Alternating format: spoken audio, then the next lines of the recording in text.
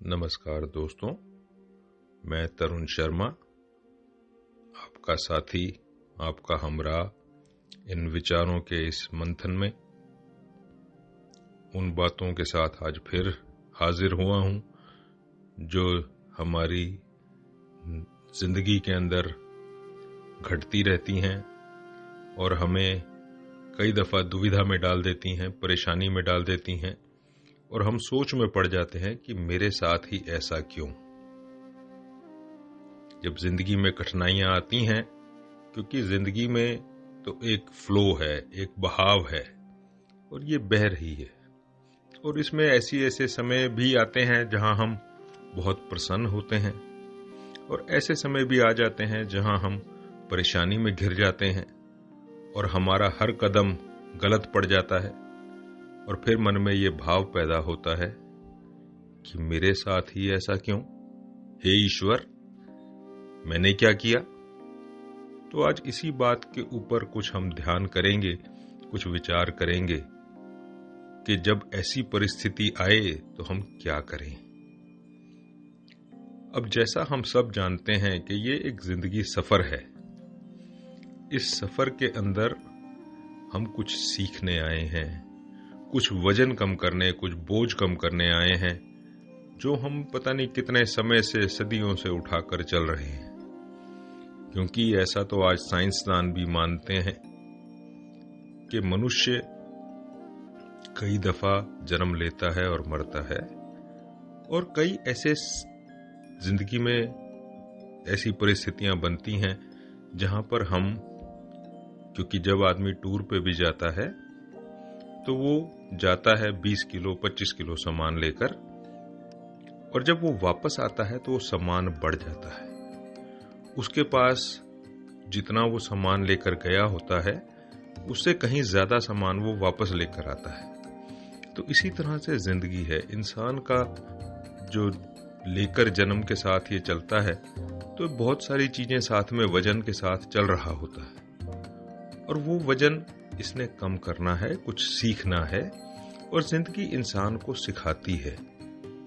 जैसे एक बच्चा अपनी माँ से सीखता है, ऐसे ही जिंदगी एक माँ की तरह इसका परवरिश करती है, इसको सिखाती है, इसको आगे बढ़ाती है ताकि ये और ऊंचाइयां छू सके।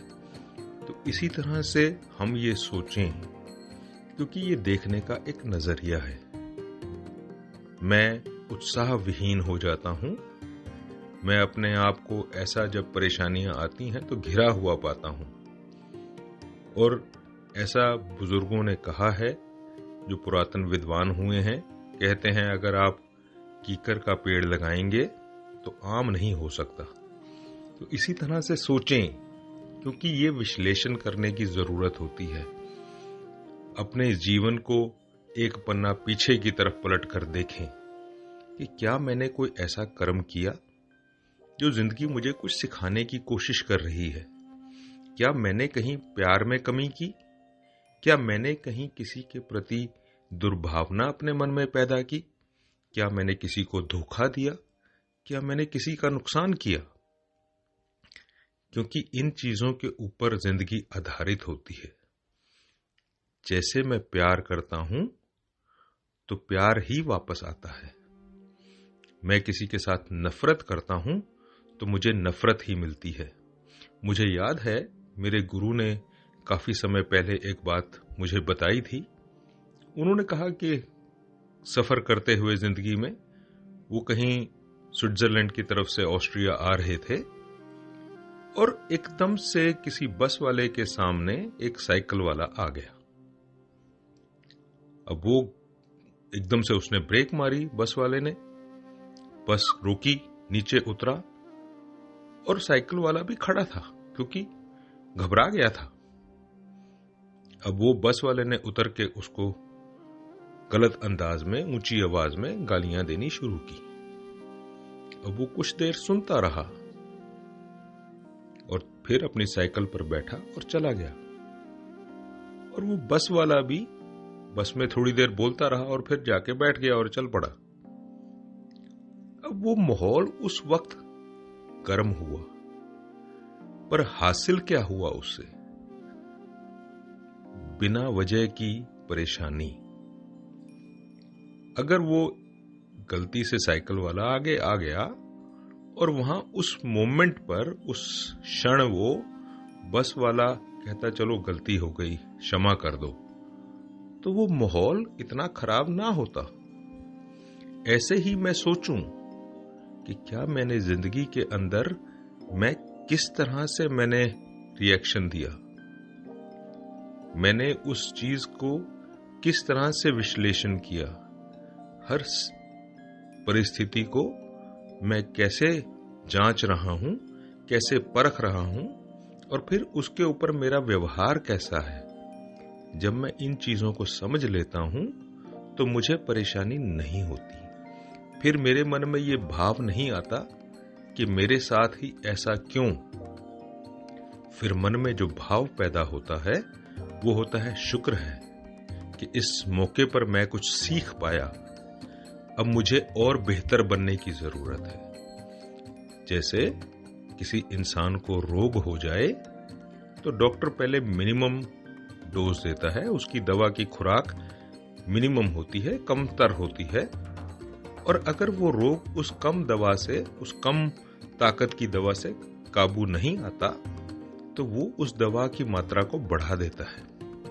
इसी तरह से अगर मेरे को लग रहा है कि मेरे जीवन में किस चीज की कमी हो रही है, कोई परेशानी हो रही है, तो मैं अपने प्यार को बढ़ा दूं, अपने समर्पण की मात्रा को और बढ़ा दूं, मैं अपने कार्य के अंदर और नियोजित हो जाऊं और ज्यादा उसके अंदर लगन के साथ काम करूं। जब मैं इन चीजों के ऊपर ध्यान देता हूं तो फिर मेरे जीवन के अंदर परिवर्तन होता है। एक बात और ध्यान में आई कि जब कर्ण ने भगवान कृष्ण से ये बात कही कि हे ईश्वर, आप तो जानी जान हैं, आप मुझे बताइए, मुझे मेरी मां ने जन्म के वक्त त्याग दिया, मेरा अपमान हुआ, मुझे क्षत्रियों की सभा में सम्मिलित नहीं किया गया, और मैं हर तरह की परेशानियों, अपमान के अंदर जीता रहा हूं। मुझे भीष्म पितामह ने भी डिस्कार्ड किया, उन्होंने मुझे अपने अंदर, अपने नेतृत्व में लड़ने नहीं दिया, तो मैं इस चीज को कैसे स्वीकार करूं? तो भगवान कृष्ण ने मुस्कुराते हुए कहा कि हे कर्ण, तुम अपनी क्या बात करते हो, मुझे देखो, मेरा जन्म तो जेल में हुआ।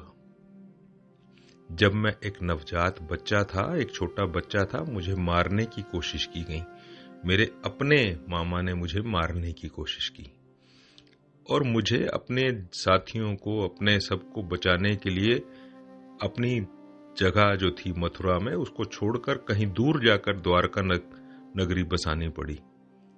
मुझे बिना कितने ही मुझे विवाह करने पड़े ताकि राजनीतिक तौर पे मैं अपने देश को संभाल सकूं।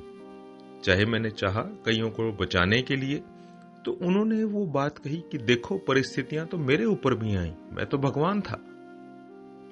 तो जब मैं इन बातों से प्रेरणा लेता हूं तो मेरे जीवन में एक सुखद एहसास होता है, मेरे जीवन को संबल मिलता है, ताकत मिलती है, और मैं जीवन एक अच्छे तरीके से जी पाता हूं।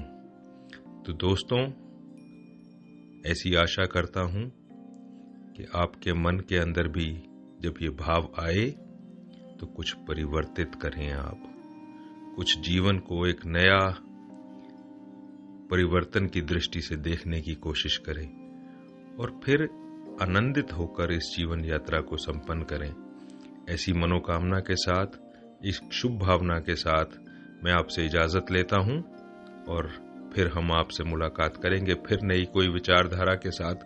शायद आपको इनसे कुछ लाभ हो, और अगर लाभ हो और लगे कि ये लाभ का कोई और भी हकदार हो सकता है तो जरूर इस बात को आगे फैलाएं, जरूर बात करें।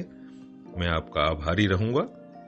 मैं आपके चरणों में अपना सिर झुकाकर नमन, और हम इसी उम्मीद के साथ कि फिर इस सफर में मुलाकात होगी। मैं तरुण शर्मा, आपका दोस्त, आपसे इजाजत लेता हूं। नमस्कार।